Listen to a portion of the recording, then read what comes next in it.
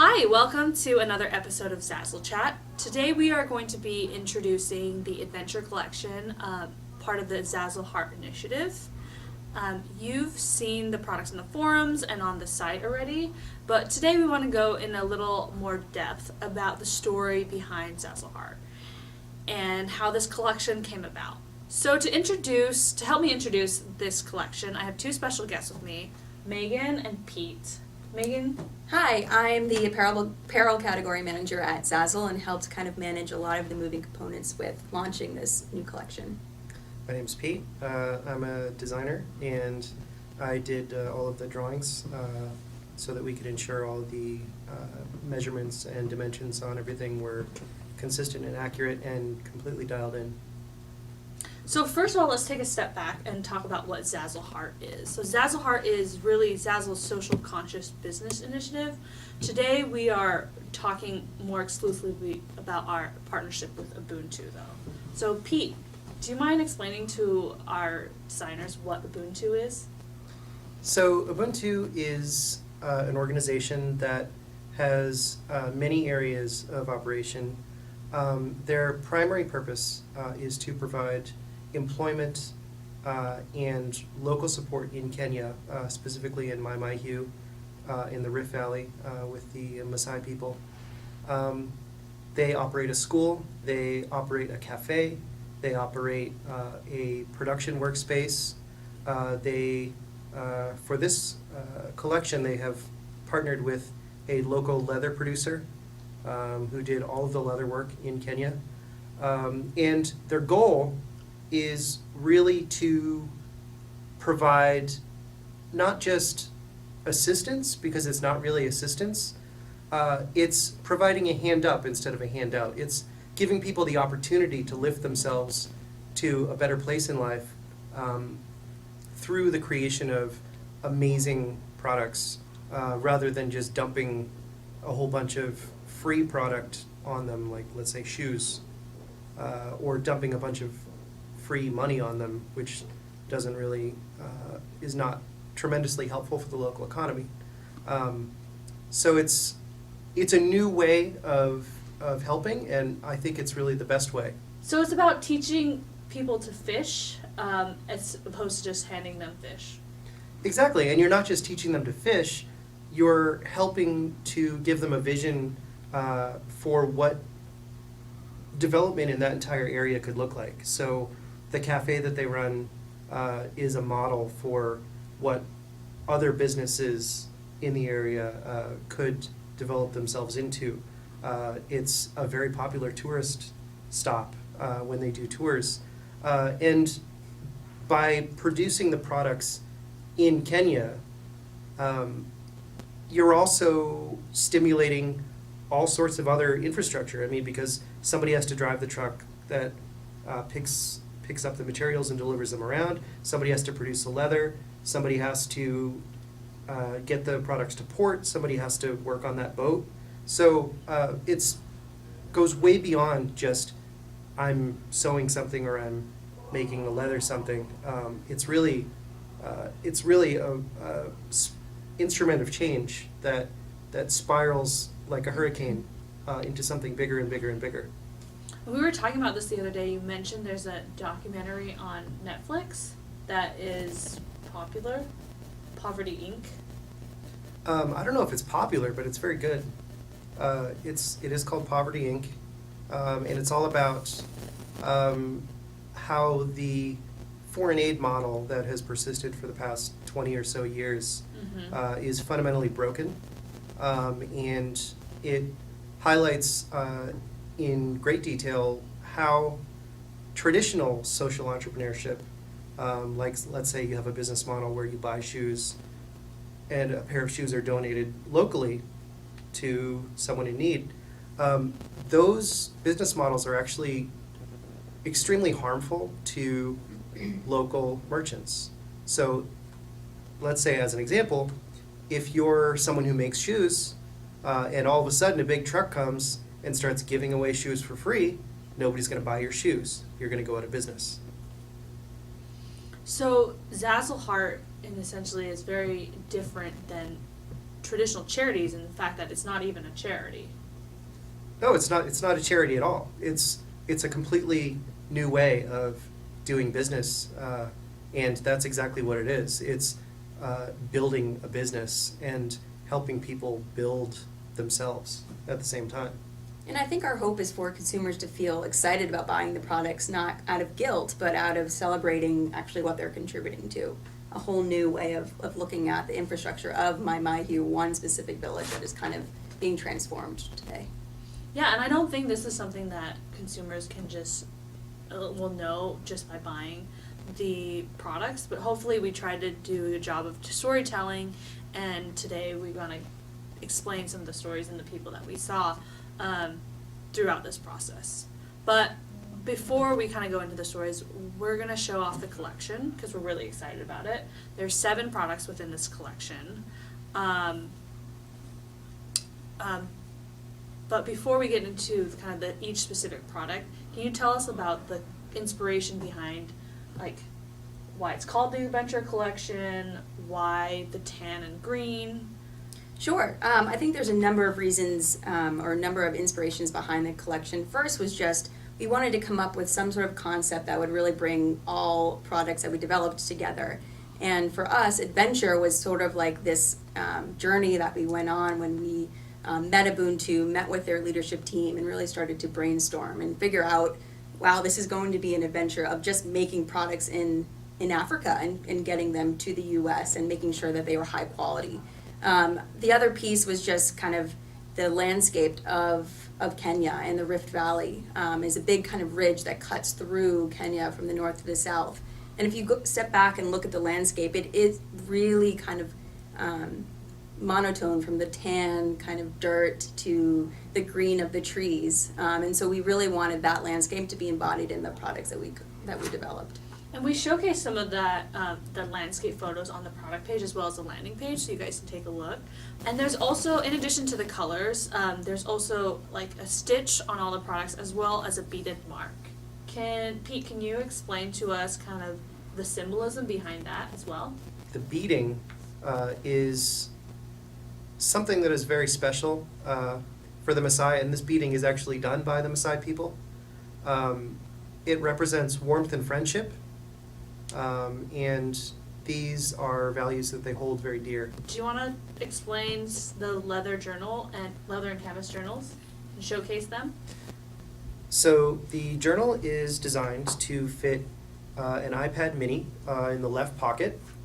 On the right side, it's designed with a notebook area. This also fits a full-size moleskin notebook.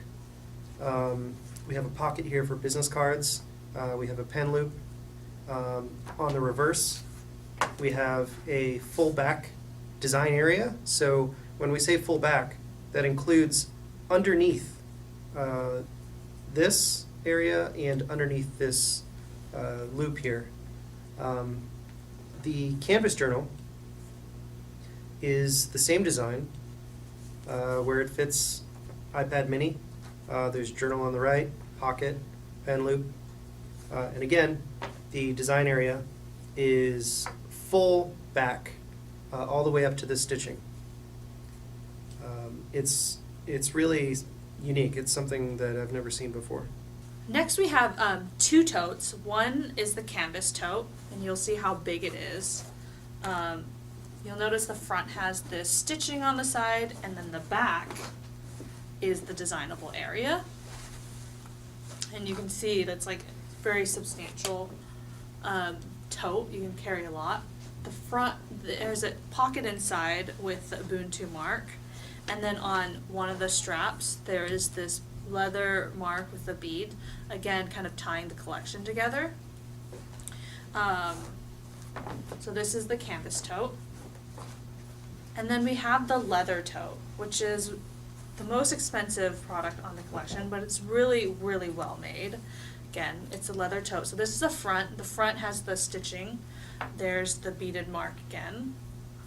And then there's a pocket inside, and it's really secure. We actually did a lot of testing to make sure like phones wouldn't fall out easy. It doesn't zip, but it's very secure, and it's kind of tied down by the stitching here. And then the back area is the designable area. So this whole area, again, is designable. It actually comes shipped with these straps off from Kenya, and we laser etch the products here in San Jose, and then we attach these two straps on at the end. So that allows for this whole area to be designed. So the next product is our leather travel pouch. So this is the front side, again with the consistent diagonal stitch, the beaded mark, and a nice sort of leather pull as well. The back area is that full design space, which is great. This product, we actually spent quite a bit of time refining the size, so it's kind of perfect for your MacBook Air 11s. We also sourced a very nice kind of fluid YKK zipper and antique brass with a unique kind of donut slider there. The inside pocket would be great for a phone, or if you're traveling, perhaps your passport.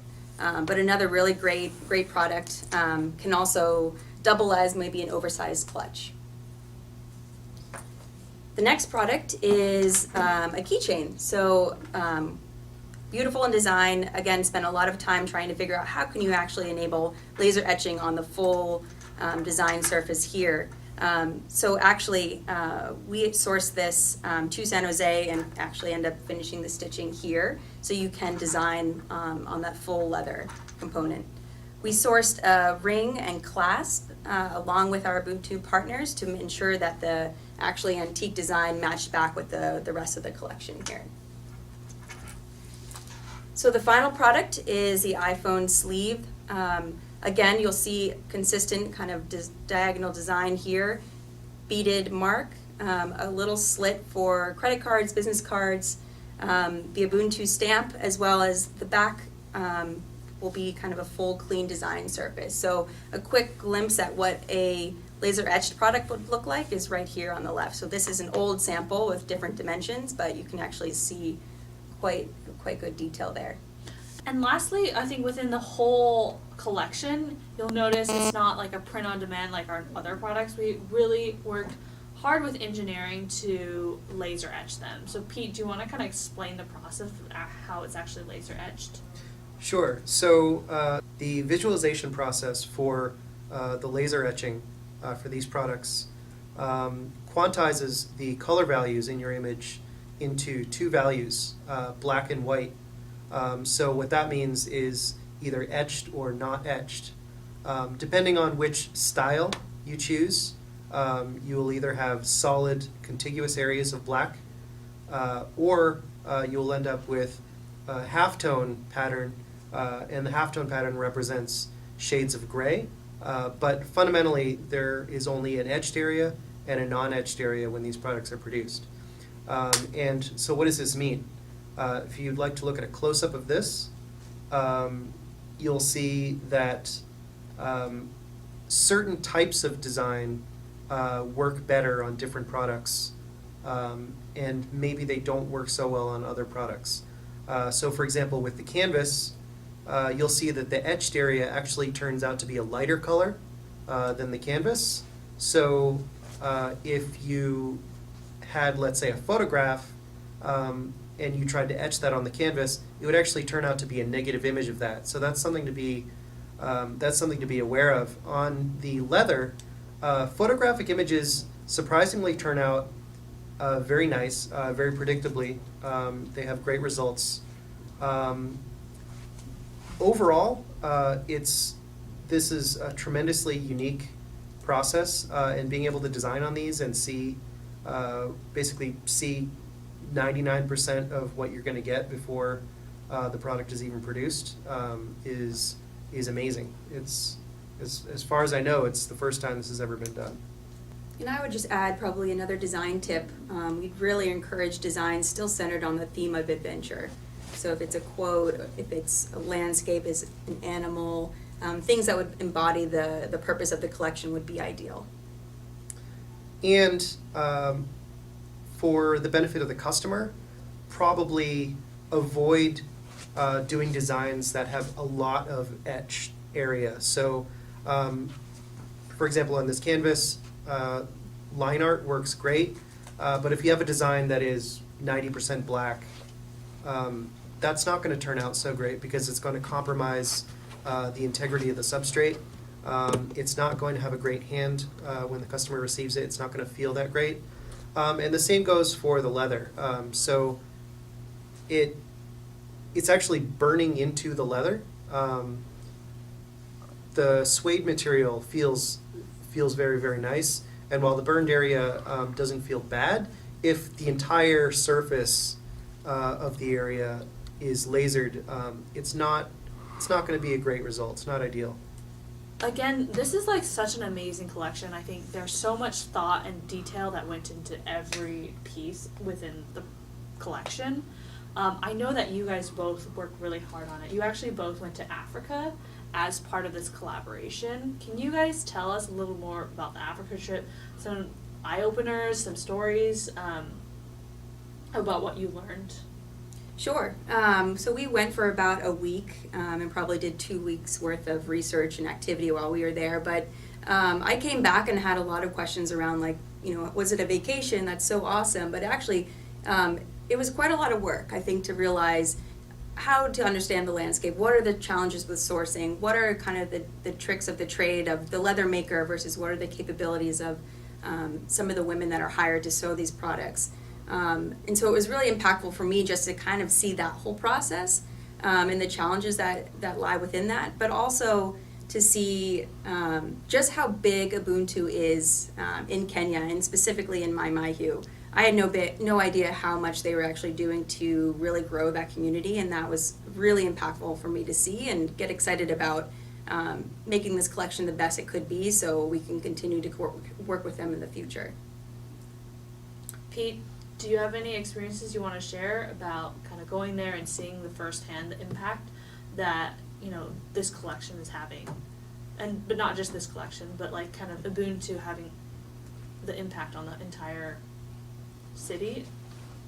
For sure. So there's a lot of wear and tear on the body. There's a lot of mental exertion going into not just designing the products, but hearing the stories of people that have not had the best chances in life.